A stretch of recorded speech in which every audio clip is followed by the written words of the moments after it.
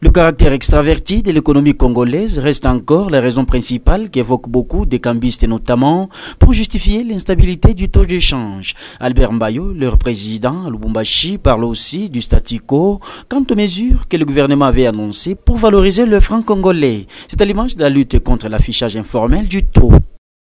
Invariablement, les mêmes causes s'invitent dans les débats des cambistes du centre-ville de Lubumbashi lorsqu'ils doivent parler de l'instabilité du taux d'échange. Sauf que cette fois-ci, une petite particularité émerge, même si les mesures de résilience annoncées par le gouvernement n'auraient pas été mises en exécution. Cette situation n'est pas seulement congolaise, elle est pratiquement africaine. Prenez les autres pays, vous allez retrouver que c'est la même chose.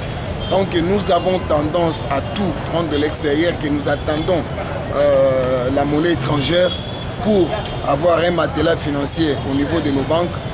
Et voilà, les conséquences sont logiques. Pendant qu'on appelle les officiels à beaucoup produire pour garder les dollars au pays, d'autres pratiques informelles qui persistent et peuvent saper les efforts. Aujourd'hui, vous savez les taux.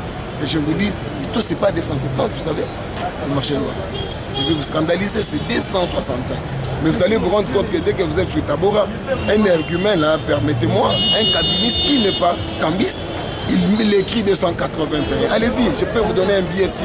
Allez-y, s'il va vous donner à ces taux-là. Parfois aussi, les autorités qui devraient réguler la situation monétaire décourageraient l'engagement citoyen.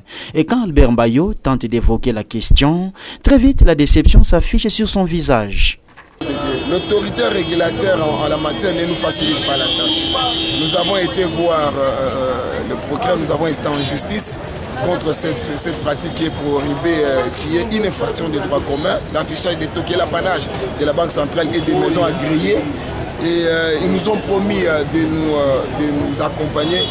Malheureusement, nous avons été une réticence, surtout avec cette période préélectorale. Tout le monde tente de sauvegarder son électorat. Les Congolais pourraient encore voir les chiffres s'affoler sur les tableaux d'échange. La peur d'Albert Mbayo, c'est de les voir atteindre 3 000 francs le dollar d'ici 2024.